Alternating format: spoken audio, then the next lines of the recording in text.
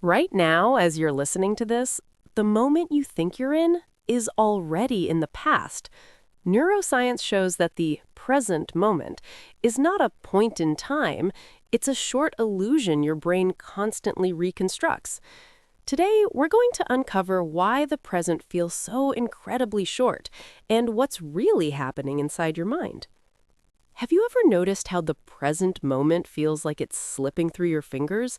You blink and it's gone. It's this tiny, fleeting instant that's always just disappearing. It's not just you. This is a universal human experience. And today we're going to dive into exactly why the present feels so incredibly short.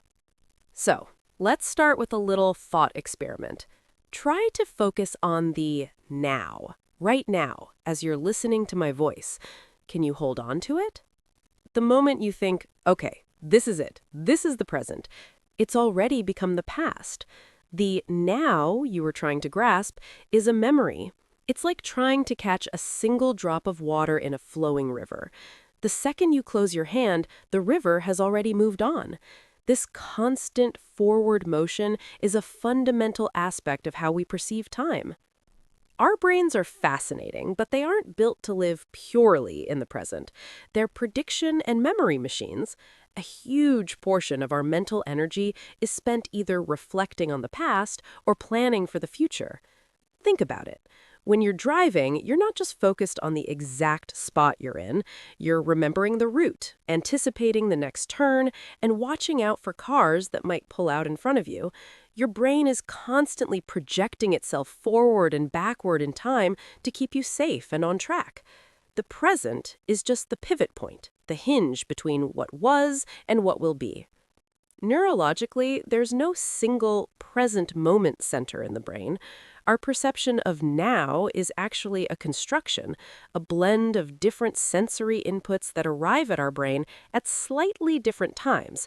The sight of a ball hitting a bat reaches your brain faster than the sound of the crack.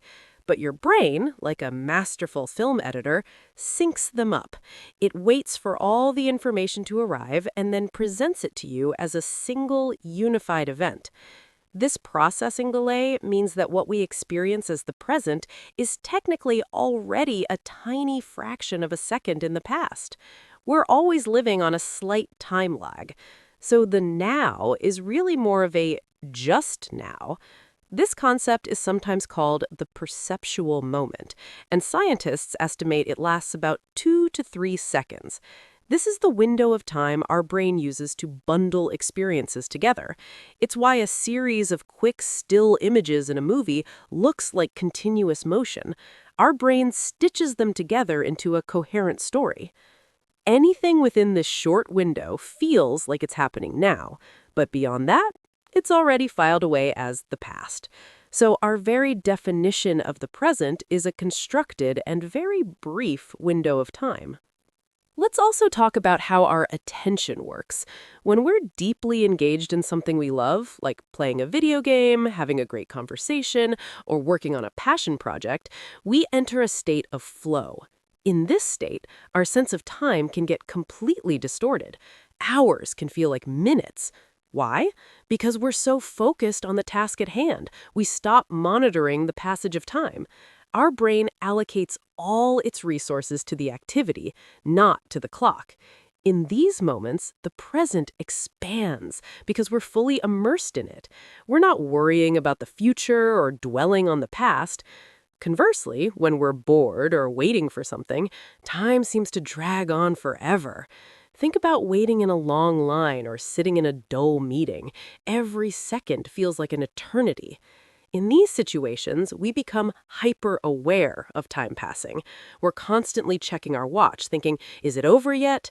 Our attention is focused on the future, the moment that the boring thing ends.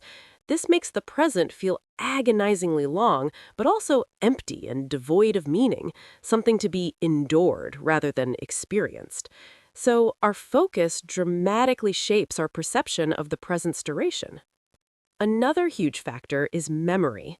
As we get older, time seems to speed up, and the present moments just fly by. A big reason for this is the lack of new, novel experiences. When you're a child, everything is new. Your first day of school, your first bike ride, your first trip to the beach. These are all significant, memory-rich events. Your brain is constantly creating new neural pathways. These firsts serve as strong anchors in your memory, making time feel dense and long. But as an adult, routines take over. One week blends into the next. You drive the same route to work, eat similar meals, and watch the same shows. Your brain doesn't need to work as hard because it's running on autopilot. It efficiently compresses these familiar periods of time. So a whole year can feel like it passed in a flash because it lacks those distinct, memorable events. The present moments, being so routine, are less likely to be encoded as significant memories, making them feel more fleeting and less substantial in hindsight. The way to combat this? Break your routine. Try new things, visit new places, learn a new skill, create new firsts for your brain to latch onto. Our culture also plays a massive role. We live in a world that glorifies busyness and productivity.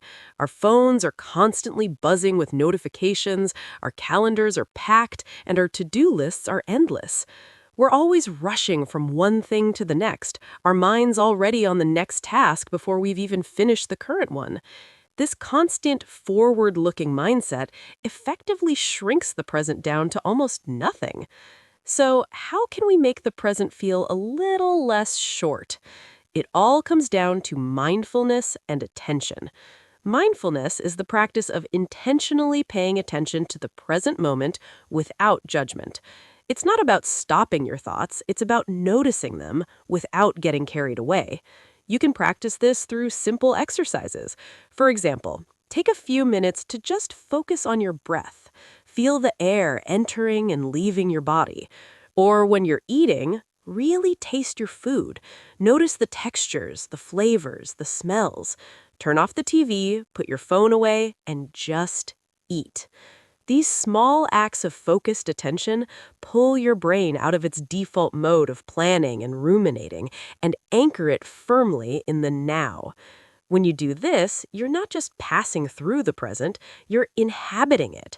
You're creating richer, more detailed memories, which can make time feel fuller and more expansive. You start noticing the little things, the way the light hits a leaf, the sound of birds outside your window, the feeling of a warm mug in your hands.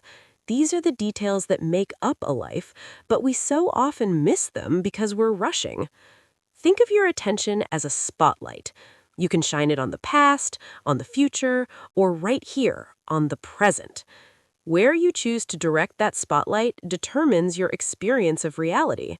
By consciously choosing to focus on the now, even for a few moments each day, you can start to reclaim the present. It might always feel somewhat fleeting, and that's just the nature of time and our brains, but it doesn't have to feel empty or non-existent. By being more present, we can make our lives feel richer, more vibrant, and a lot less like a frantic race to the finish line. The present moment is all we truly ever have. The past is a memory, and the future is an imagination. Learning to live in the present isn't about ignoring the past or failing to plan for the future. It's about giving the now its deserves. It's about showing up for your own life. Thank you so much for spending this time with me today. If you found this interesting, consider liking the video and subscribing for more explorations into the fascinating world of our minds. What helps you stay present? Let me know in the comments below. See you in the next one.